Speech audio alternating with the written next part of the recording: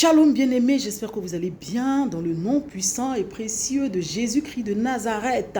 Alors ce matin, nous allons aborder un thème. Nous allons parler des élus. Qui sont les élus? Pourquoi les élus? Alors il faut comprendre que les élus sont des personnes choisies par Dieu lui-même pour une mission particulière.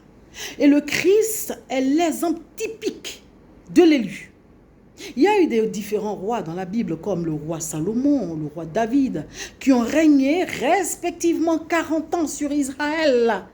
Amen. David a succédé à Saül, le premier roi, sur tout Israël. Et bien évidemment, Salomon est venu après son père. Voilà.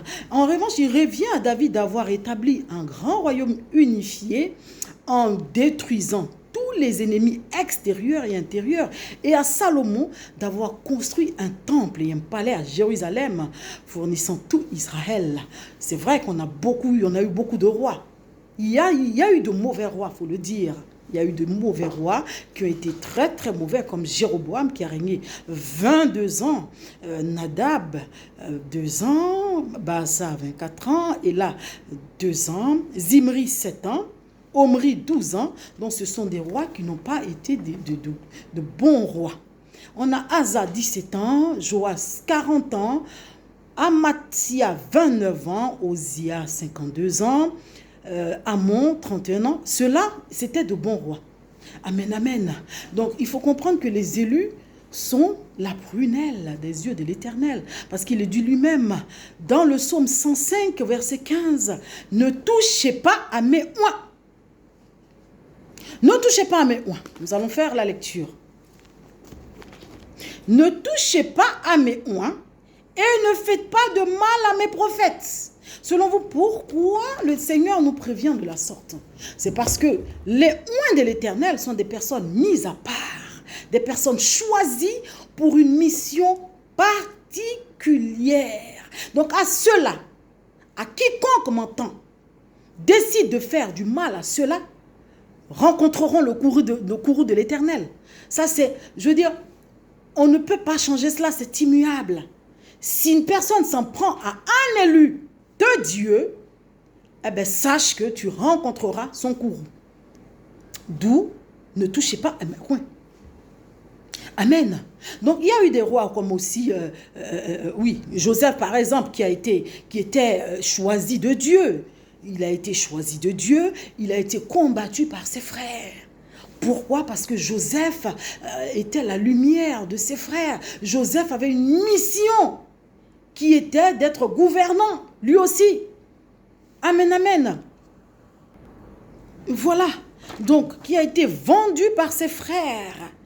Et il est dit ici, dans le psaume 105, au verset 17 à 22, il envoya devant eux un homme. Joseph fut vendu comme esclave. On serra ses pieds dans des liens. On le mit au fer. Vous voyez? Un élu qui est traité de la sorte. Jusqu'au temps où arriva ce qu'il avait annoncé et où la parole de l'Éternel l'éprouva. Le roi fit ôter ses liens. Le dominateur des peuples le délivra. Il l'établit seigneur sur sa maison et gouverneur de tous ses biens, afin qu'il pût, à son gré, enchaîner ses principes et qu'il enseigna la sagesse à ses anciens. Donc, quelque part aussi, il faut comprendre que lorsque l'on persécute un élu, lorsque l'on en veut à un élu, le plus souvent, c'est pour amener l'élu à ses bénédictions. D'où le cas de Joseph, parce que si Joseph était aimé par ses frères, s'il était tranquille, pépère chez lui, comment est-ce qu'il entrerait dans ses grâces? Ça aurait peut-être tardé. Mais la jalousie de ses frères, puisqu'il expliquait ses rêves à ses frères et que ses frères ont compris que Joseph avait un avenir, il était prédestiné à être gouverneur. Ils se sont dit, mais non, ça ne peut pas se passer comme ça. Pas toi, non, pas toi, ah non. Ah non, non, non. Donc, ils décidèrent ensemble. Il y en a qui ont voulu le tuer. Il y en a qui ont dit non quand même, il y a quand même le lien de parenté, on ne va pas le tuer quand même pas. D'autres ont dit, on le vend, alors on le vend. Et puis on dira à papa qu'il a été dévoré par une bête féroce. Et ils se sont dit, ok, là, ça le fait quand même. Ah oui, quand même. Par jalousie. Donc il faut comprendre que quand on est un élu, on ne peut pas ne pas être jalousé par son entourage. Et le plus souvent, c'est même nos familles. C'est nos familles qui sont les premiers qui nous combattent. Il y en a même qui nous rivalisent à telle enseigne qu'ils font tout. Mais je vais lui montrer que moi aussi, je peux y arriver. Elle pense que quoi? Elle n'a rien vu celle-là. Ou alors celui-là, il a cru que quoi? On va se battre. Je vais lui montrer que moi aussi, on peut parler de moi. Moi aussi, j'ai un nom. Carrément. Toi, tu sors d'où? Mais tu te fatigues. Tu te fatigues. Pourquoi? Parce que ce dernier-là n'a pas fait. Je sous-signer à l'Éternel pour être l'élu. Ah, il faut le comprendre. Il n'a pas adressé une note particulière au Créateur pour lui dire, cher Père céleste, je souhaite que parmi mes frères et sœurs ou parmi tout ce monde ou dans cette nation, il n'est question que moi seul. Et je veux que ce soit que moi qui gouverne, qui règne. Il n'a pas fait ça. Mais il a plu au Créateur lui-même de faire de lui l'élu. Ça, il faut le comprendre. Il a pris au Créateur lui-même de le choisir. Donc, quand on se met à combattre un élu, à le rivaliser, non seulement on ferme ses portes soi-même, parce qu'au-delà des élus, on a aussi notre vie, on doit nous construire nous aussi. Mais quand on décide de rivaliser un élu, parce que oui, ah non, on ferme son ciel soi-même. On se ferme le ciel. Donc il faut comprendre que le roi Saül fut choisi par Dieu. Saül a été établi roi d'Israël. Il avait pour mission d'établir l'ordre et d'obéir à Dieu. Amen. Mais qu'est-ce qui va se passer? Saül est confronté par les Philistins, mais il a eu peur à un moment donné au combat. Donc il fit à un moment donné des sacrifices en immolant des animaux au lieu d'invoquer Dieu.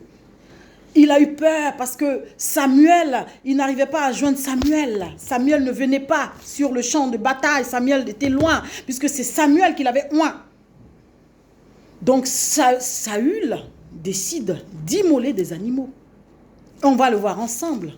Et ce que Samuel lui dira. Donc nous sommes dans 1 Samuel 13, 5 à 14. C'est important de marquer les versets et les lire en même temps. Ça vous permettra de mieux comprendre. Amen. Donc on va lire ensemble 1 Samuel 13, partie du verset 5 à 14.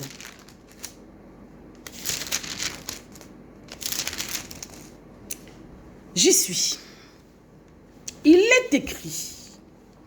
Les Philistins s'assemblèrent pour combattre Israël. Ils avaient 1000 chars et 6000 cavaliers. Et ce peuple était innombrable, comme le sable qui est sur le bord de la mer. Vous savez ce que ça veut dire? Ils vinrent camper à Micmac, à l'orient, de Beth-Aven. Les hommes d'Israël se virent à l'extrémité, car ils étaient serrés de près. Et ils se cachèrent dans les cavernes, dans les buissons, dans les rochers, dans les tours et dans les citernes.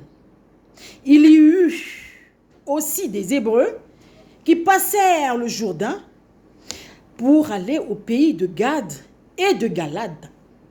Saül était encore à Gilgal. Et tout le peuple qui se trouvait auprès de lui tremblait.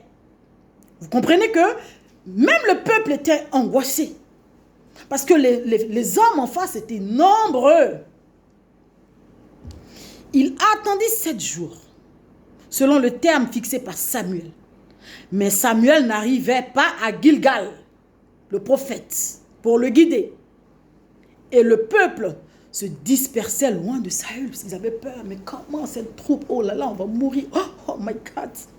Alors Saül dit, emmenez-moi l'holocauste et les sacrifices d'action de grâce. Et il offrit l'holocauste au lieu de prier. Parce que pour lui, en faisant un sacrifice, il va faire taire l'esprit du mal. Il va faire de sorte que cette multitude d'armées rebrousse au chemin. Mais c'est une erreur parce que Dieu est un Dieu jaloux. Ah non, il faut faire gaffe. Comme il achevait d'offrir l'holocauste, voici Samuel arriva. Et Saül sortit au-devant de lui pour le saluer. Samuel dit, qu'as-tu fait? Qu'as-tu fait? Saül répondit, lorsque j'ai vu que le peuple se dispersait loin de moi, que tu n'arrivais pas au terme fixé, et que les Philistins étaient assemblés à Michmash, je me suis dit, les Philistins vont descendre contre moi à Gilgal. Il a eu peur. Un roi ne doit pas avoir peur. Un élu ne doit pas avoir peur. Pourquoi? Parce qu'il y a le lion de la tribu de Juda avec toi. Tu n'es pas seul. Ils peuvent être toute une multitude. Mais sache que celui qui est avec toi est plus nombreux qu'eux. Et je n'ai pas imploré l'Éternel. On reprend la lecture. Je me suis dit, les Philistins vont descendre contre moi à Gilgal. Et je n'ai pas imploré l'Éternel. Alors je me suis fait violence et j'ai offert l'holocauste. Samuel dit à Saül, tu as agi en insensé. Tu n'as pas observé le commandement que l'Éternel, ton Dieu, t'avait donné. L'Éternel aurait affermi pour toujours ton règne sur Israël. Voilà ce qui arrive lorsque des élus désobéissent. Ils sont renversés. Et maintenant, ton règne ne durera point. L'Éternel s'est choisi un homme selon son cœur. Et l'Éternel l'a destiné à être le chef de son peuple. Parce que tu n'as pas observé ce que l'Éternel t'avait commandé.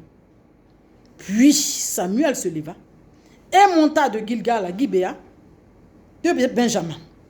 Saül fit la revue du peuple qui se trouvait avec lui. Il y avait environ 600 hommes. Amen, amen. Donc voici déjà comment Saül, du grand roi qu'il était, a commencé sa chute et sa descente. La désobéissance. Mais il faut remarquer que au-delà même de cette faille que David a eue envers Dieu, il ne s'est pas arrêté là. David, c'était pas un roi, Saül, voilà, il ne faut pas se tromper. Saül, c'était pas un roi qui était comme David. Saül, c'était un roi peureux. Il avait peur. Et lorsque Dieu lui confiait des missions, il n'arrivait pas à accomplir les missions. Il raisonnait, il mettait sa chair en avant. Il ne faisait pas ce que Dieu lui disait de faire. Et c'est comme ça que Dieu va décider de choisir un autre. Et au-delà de cette désobéissance, il avait encore pour mission de détruire un peuple. Et ce peuple-là était un peuple qui n'aimait pas Dieu. Ni ses préceptes, ni ses commandements. Les Amalek. Amen. Dieu était en furie contre ce peuple parce que lorsque le peuple d'Israël est sorti d'Égypte, fatigué de l'esclavage, fatigué de la souffrance pendant 400 ans, imaginez-vous, l'on vit, l'on a des enfants, des générations, ceux pendant 400 ans détenus dans le même endroit, et Dieu se souvient d'eux. Il décide de les faire sortir de ce lieu et demande à ce peuple de seulement laisser passer son peuple qui sort des enfers, parce que être détenu en esclavage, c'est des enfers. Qui sort des enfers. passer ne serait-ce que sur leur terre pour pouvoir regagner Canaan, les Amalek m'ont dit, ah non, vous ne passerez pas ici. C'était un peuple haineux, méchant. Ils ont irrité Dieu. Et c'est comme ça que Dieu dit à Saül, va et punis ce peuple-là. Saül, il ne faut pas que je me trompe, Saül. Et Saül qui avait cette pitié, ou je ne sais pas moi, c'était pas un homme qui n'obéissait pas à Dieu. Saül, c'était un roi qui s'occutait lui-même. Voilà. Il faisait ce qu'il voulait lui-même, sans même penser à celui qui l'a établi. Et c'est comme ça que il ne fait pas la mission. Et Dieu, dans sa colère, décidèrent de rejeter Saül. Amen, amen. Et il décide d'établir un autre roi, qui est le roi David. Donc, en plus du fait que Saül va faire des sacrifices et autres pour désobéir à Dieu, il désobéit à nouveau encore en refusant sa mission. On va lire ensemble 1 Samuel 15 à partir du verset 23 à 25 et on va comprendre. 1 Samuel 15. On y va.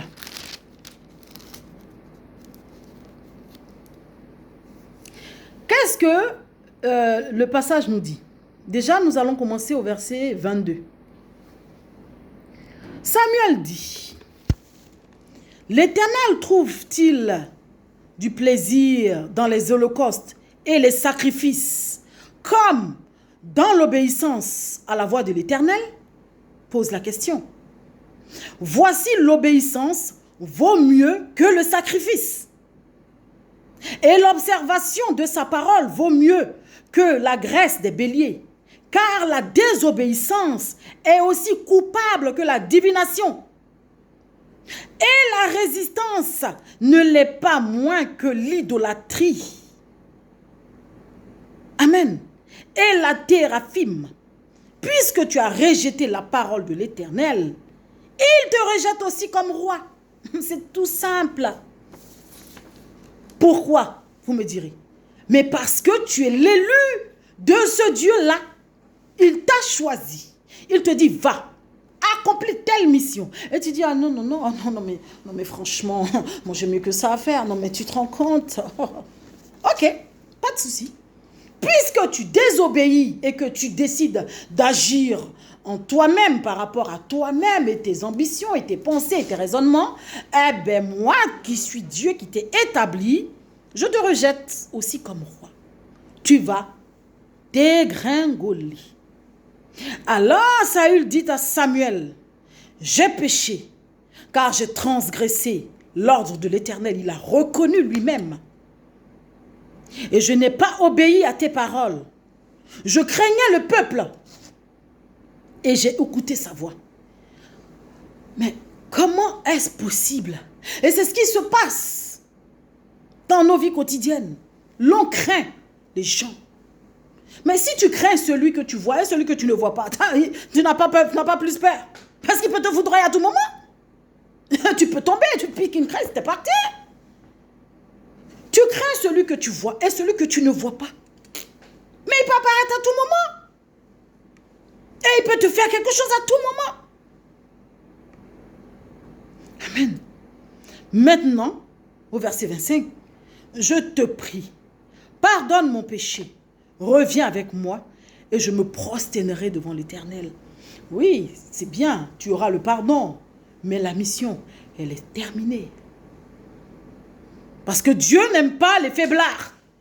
Dieu aime les guerriers. Dieu aime les gens qui avancent. Le choix de David.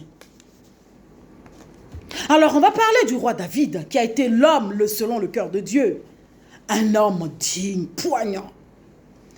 Alors, David, il faut comprendre que David était un berger de la tribu de Juda, le plus jeune des fils de Jessé. est appelé aux côtés du roi Saül pour l'apaiser de ses chants. Donc, vous marquez la harpe de David. Il met en déroute les ennemis philistins en vainquant le géant Goliath à l'aide de sa fronde. Donc, tout le monde connaît l'histoire de David et Goliath, on sait tous.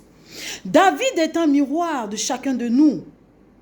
Ce roi d'Israël, dont le nom signifie bien-aimé en hébreu, est l'une des personnalités les plus attachantes de l'Ancien Testament.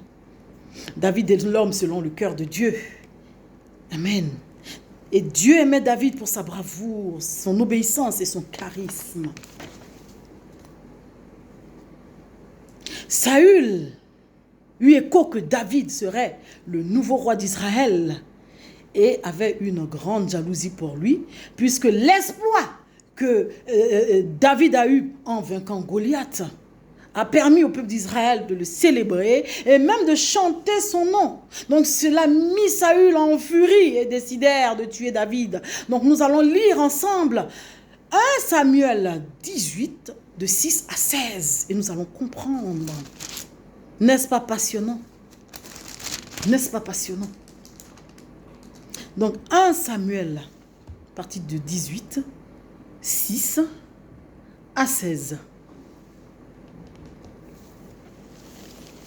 Que nous dit la parole? Comme il revenait lors du retour de David, après qu'il eut tué le Philistin, les femmes sortirent de toutes les villes d'Israël au devant du roi Saül, en chantant et en dansant, au son des tambourins et des triangles et en poussant des cris de joie. Les femmes qui chantaient se répondaient les unes les autres et disaient: Saül a frappé ses 1000 et David ses 10 000. Elle vénérait David. Saül fut très irrité et cela lui déplut. Il dit: on en donne 10 000 à David et c'est à moi que l'on donne les 1000. Pourtant, il est le roi. Il ne manque plus que la royauté. C'est ce qu'il se dit. Il dit: mais attends, c'est pas possible. Moi qui suis le roi, on me donne que 1000 et lui qui est mon subalterne 10 000. Ah non, non, non, ça ne peut pas se passer comme ça. Et Saül regarda David d'un mauvais œil. Donc remarquez que ça arrive que lorsque vous êtes quelque part. Si par exemple, il y a un homme d'État ou une personne influente qui vous apprécie, elle parle bien de vous, s'il y a une personne auprès qui sent que « oh non, mais c'est pas possible, cet homme a trop d'admiration pour cette personne », elle va voir le danger. Et c'est le cas. On avance. Et Saül regarda David d'un mauvais œil et partit de ce jour et dans la suite. Le lendemain, le mauvais esprit de Dieu saisit Saül, qui eut des transports au milieu de la maison. David jouait comme les autres jours et Saül avait sa lance à la main. Monsieur est en train de cogiter. Donc, si je comprends bien, c'est toi. Saül leva sa lance, disant lui-même: je frapperai David contre la paroi. Mais David se détourna de lui 2 fois. Saül craignait la présence de David parce que l'Éternel était avec David et s'était retiré de lui. Il l'éloigna de sa personne et il l'établit chef de 1000 hommes. David sortait et rentrait à la tête du peuple. Il réussissait dans toutes ses entreprises et l'Éternel était avec lui. Saül, voyant qu'il réussissait toujours, avait peur de lui. Mais tout Israël et Juda aimaient David parce qu'il sortait et rentrait à leur tête. Amen. Donc il faut comprendre que lorsque Dieu décide de t'établir, il ne le fait pas à moitié. Il fait les choses de sorte que tes ennemis soient complètement troublés. Amen.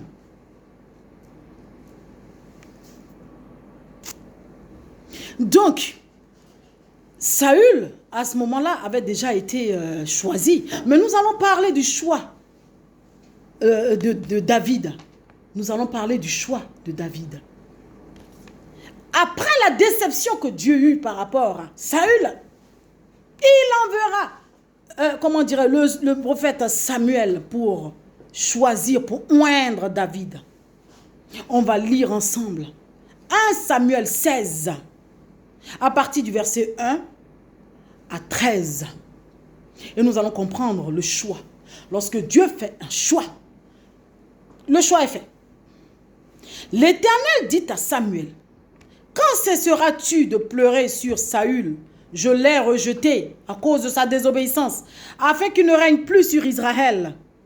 Remplis ta corne d'huile et va.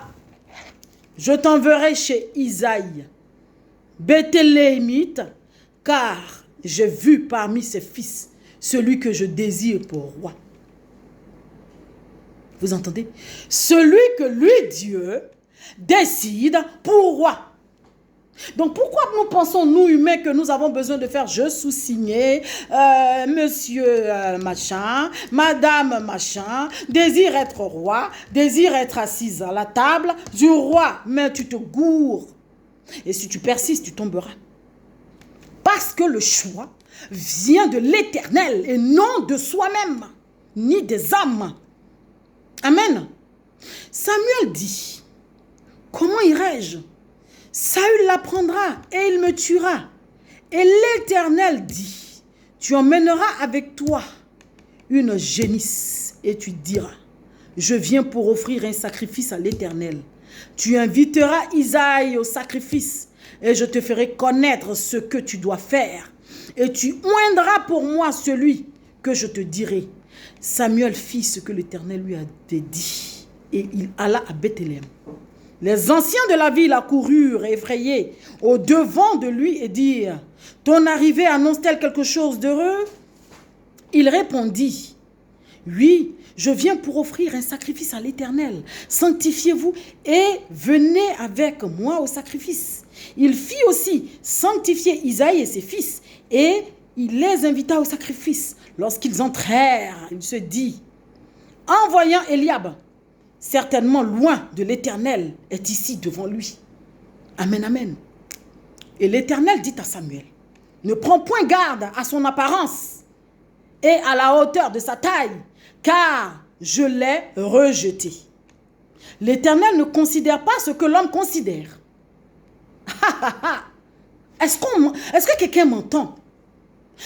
L'Éternel ne considère pas ce que l'homme considère. Ça veut dire quoi? Ça veut dire que là où l'on pense que c'est bon, là où l'on se dit, ah oui, c'est ça, ça se trouve, ça n'a aucune valeur aux yeux de Dieu. Ça n'a aucun prix. Ça n'a aucun prix. Donc il faut comprendre cela. Regarde, l'homme regarde à ce qui frappe les yeux. Oh my God, quelqu'un m'entend ce matin? Oui, ce qui frappe les yeux. Ah oui, oh là là. Mais c'est aux yeux de Dieu, ça n'a aucune importance. Ça n'a aucune importance. Mais l'Éternel regarde au cœur. Parce que tu peux être roi, reine, et avoir un cœur de meurtrier et de meurtrière. Et tu n'as aucune valeur aux yeux de Dieu. Aucun prix. Amen. Isaïe appela Abinadab et le fit passer devant Samuel. Et Samuel dit, l'Éternel n'a pas non plus choisi celui-ci. Isaïe fit passer Shammah. Et Samuel dit, l'Éternel n'a pas non plus choisi celui-ci. Alors, vous pouvez tous vous vêtir de la même façon. On prend le cas de Cendrillon, où toutes les femmes des contrées, des villes, des cités, décidèrent de porter de force la pantoufle de verre. Mais ça n'entrait pas. Ça n'entrait à personne, à part à celle qui était prédestinée à être l'épouse du grand prince. Je fais un peu de mimique pour vous amuser, mais c'est très sérieux. Amen. Isaïe fit passer 7 de ses fils, oui, c'est 7 fils, devant Samuel. Et Samuel dit à Isaïe, l'Éternel n'a choisi aucun d'eux. Donc toi qui m'entends, si tu n'es pas choisi et que tu forces, ben, tu vas forcer en vain. Ou si tu as envie de ôter la vie à un élu pour te positionner, eh ben, tu rencontreras son courroux. Amen. Puis Samuel dit à Isaïe, sont ceux-là tous tes fils? Et il répondit, il reste encore le plus jeune, Koché Kabara. Là, c'est le parler en langue. Mais il fait paître les brebis. Alors, dans nos sociétés, un berger, on le voit avec des, comment dirais-je, des moutons, des chèvres, des bœufs, des agneaux. Bon, allez, c'est le berger. On a les regards sur celui qui a la Range Rover, celui qui est à bord de la limousine, la Mercedes, le 4x4, la Chrysler. Ah oui, ça c'est le big boss. Ça. Mais Dieu te dit que c'est celui qui est avec les animaux là-bas qui est le roi. Ce n'est pas celui qui est dans le Range Rover, les Aston Martin, les Bentley. Il n'en a rien à cirer. Il est comme ça, le Dieu d'Israël. Alors, Samuel dit à Isaïe, envoie-le chercher, car nous ne nous placerons pas avant qu'il ne soit venu ici. Isaïe l'envoya chercher. Or, il était blanc. David était un bon mec, il faut le comprendre. Il était blanc avec des yeux, de beaux yeux et une belle figure. L'Éternel dit à Samuel, ah j'adore ce moment, lève-toi, oins-le, car c'est lui. Oui. Ah, j'ai des vertiges, j'ai la chair de poule pendant que je parle. Car c'est lui, oins-le. Voilà. Samuel prit la corne d'huile et le oignit au milieu de ses frères. L'Esprit de l'Éternel saisit David à partir de ce jour et dans la suite. Samuel se leva et s'en alla à Rama. Mission accomplie. Mission accomplie. Et la suite. Lorsque Saül comprit que le nouveau roi d'Israël a été oint et sera établi sur Israël, il faut le tuer. Ils décidèrent de lui ôter la vie. Ils décidèrent de lui ôter la vie. Ils le pourchassèrent de part et d'autre. David alla de fuite en fuite, d'endroit en endroit. Il changeait, il n'avait plus de domicile. Il partait, il tournait, jusqu'à ce que Dieu lui-même livre Saül à David. Nous allons lire la partie où Dieu livre Saül à David, parce que c'est long et ça va vous permettre aussi de faire vos recherches. Donc nous allons aller dans 1 Samuel 24. C'est passionnant la parole. 1 Samuel 24. À partir du verset 1 à 23.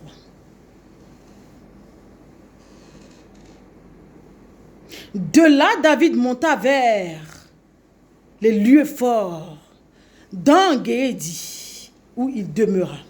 Lorsque Saül fut revenu de la poursuite des Philistins, on vint lui dire, voici, David est dans le désert d'En-Guédi. Saül prit 3000 hommes d'élite sur tout Israël et il alla chercher David. Pour un seul, 3000 hommes. Mais c'est que David faisait peur. Oui, il faisait peur parce que si tu envoies 3000 hommes combattre une seule personne, ça veut dire que celui qui est en lui et avec lui est plus nombreux que ceux que tu as pris. Élu si tu es pourchassé, sache que ce qui est en toi dépasse la multitude. Amen. Et ces gens jusque sur les rochers des boucs sauvages. Il arriva à des parcs de brebis qui étaient près du chemin et il trouvait une caverne où il entra pour se couvrir les pieds. David et ses gens étaient au fond de la caverne.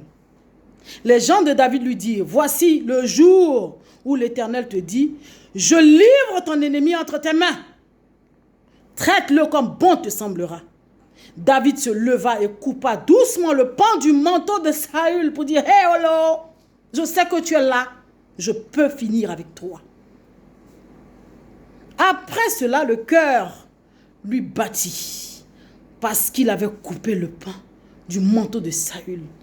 Et il dit à ses gens, que l'Éternel me garde de commettre contre mon Seigneur, loin de l'Éternel, une action telle que de porter main sur lui, car il est loin de l'Éternel. Vous voyez, David, c'était un homme galant.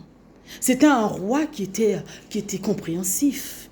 Il respectait Dieu et les principes de l'Éternel. Il savait que tant bien même que Saül fut rejeté, il demeure loin de l'Éternel. Donc il n'avait pas à toucher sa vie. Mais si ça avait été Saül, il lui aurait fait sa fête. Vous voyez? Et voilà pourquoi Dieu l'a destitué.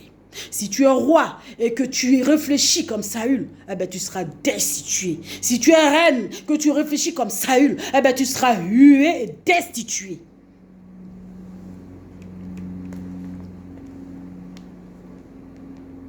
Par ces paroles, David arrêta ses gens et il empêcha de se jeter sur Saül.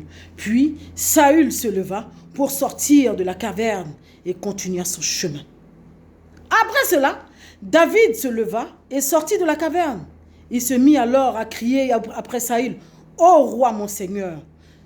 Saül regarda derrière lui et David s'inclina, le visage contre terre, et se prosterna. David dit à Saül, « Pourquoi écoutes-tu les propos des gens qui disent, « Voici, David, cherche ton malheur ?» Pourquoi? Parce qu'il faut comprendre que le plus souvent, les personnes qui décident de s'en prendre à des rois ou à des reines prédestinés, il y a des gens mal intentionnés qui ont vu la grâce de l'Éternel et qui se vont dire, celui-là ou celle-là, si tu n'en finis pas, tu verras ce qui va se passer. Et c'est comme ça qu'eux aussi, tout bêtement, se mettent dans la mouvance. Ah oui, les plans, comment fait-on, machin. Mais vous vous trompez. Il ne faut pas écouter les mauvaises langues. Elles vont te conduire à la perdition, à la honte et à l'humiliation. Parce qu'à force de vouloir pourchasser l'élu, la honte te couvrira. On saura qui tu es et ce que tu fais. Amen. Tu vois maintenant tes propos, tes propres yeux, que l'Éternel t'avait livré aujourd'hui entre mes mains dans la caverne. On m'excitait à te tuer. Mais je t'ai épargné. Et je dis, je ne porterai pas la main sur mon Seigneur, car il est loin de l'Éternel. Amen. Donc, au verset 12, vois mon Père, vois donc le pan de ton manteau dans ma main, puisque j'ai coupé le manteau, le pan de ton manteau, et que je ne t'ai pas tué. Sache et reconnais qu'il n'y a dans ma conduite ni méchanceté, ni révolte, et que je n'ai point péché contre toi. Et toi, tu me dresses des embûches pour m'ôter la vie. L'Éternel sera juge entre toi et moi, et l'Éternel me vengera de toi. Mais je ne porterai point la main sur toi. Des méchants vient la méchanceté, dit l'ancien proverbe. Aussi, je ne porterai point la main sur toi. Contre qui le roi d'Israël s'est-il mis en marche? Qui poursuit, tue, un chien mord une puce? L'Éternel jugera et prononcera entre moi et toi. Il regarda, il défendra ma cause. Il me rendra justice en me délivrant de ta main. Amen. Donc voilà plus ou moins la vie des élus. Lorsqu'un élu est pourchassé, il y a forcément de mauvaises personnes, de mauvaises langues qui ont pourri son entourage et qui s'en vont dire au précédent roi ou à ce roi-là même qui doit succéder, tue-le, sinon il te tuera. Fais ci, sinon il fera ça. Les mauvaises langues, ils sont pleins comme ça, ils sont là. Même dans les nations, autour des chefs, autour des présidents, ils sont là pour ça. Des calomniateurs, des mauvaises langues, des mauvaises personnes. Et tout cela contribue toujours à la chute du roi. Parce qu'ils donnent de mauvais conseils. Ils déstabilisent les autres, ils dénigrent les autres. Et le roi, qui n'a pas l'esprit de Dieu, Parce que ce ne sont pas tous les rois qui ont l'Esprit Saint. Ils suivent toutes ces mauvaises gens. Un matin, le chaos, piou, et ils disparaissent. C'était ce petit message que je voulais partager sur la vie des élus. Faire comprendre comment Dieu agit dans la vie des élus. Et faire comprendre aussi aux élus qu'il faut faire attention. À ceux-là même qui sont à la tête. Il faut écouter Dieu. Quel que soit ce que l'on vous dira. Il y a des rois, par exemple, qui ne prennent jamais la peine d'écouter d'autres versions. Il y a des gens qui viendront pourrir l'existence des autres autour d'eux. Et ils vont se dire, ah, mais si tout le monde dit ça, c'est que c'est peut-être vrai alors. Mais tu te trompes, mon cher ami. C'est bien parce que cette personne a une certaine dimension qui pourrait t'aider, toi le roi, qu'on veut l'écarter. C'est bien parce que cette personne a quelque chose qui pourrait toi t'avantager qu'on l'écarte. Donc on va le détruire. Et remarquez que c'est une chaîne. Hein. Quand ça commence, il y a des personnes qui se tiennent là pour ce travail-là particulièrement. D'écarter. Mais il y a des rois sages. Quel que soit ce qu'ils entendront, prendront la peine. Qu'en est-il? Explique-toi. Voici ce que j'entends. Qu'en est-il? Parle-moi. Il y a des rois sensés, intelligents, qui agissent ainsi. Il y a des rois qui sont trop suffisants. Quand on leur parle, ah oui, ok, d'accord. Ah bon, c'est comme ça. Sans comprendre. Mais sache que ceux-là même qui viennent te bourrer l'esprit, le mental, te lâcheront au moment opportun. Soyez bénis dans le nom de Jésus. J'en ai fini. À bientôt pour le prochain direct.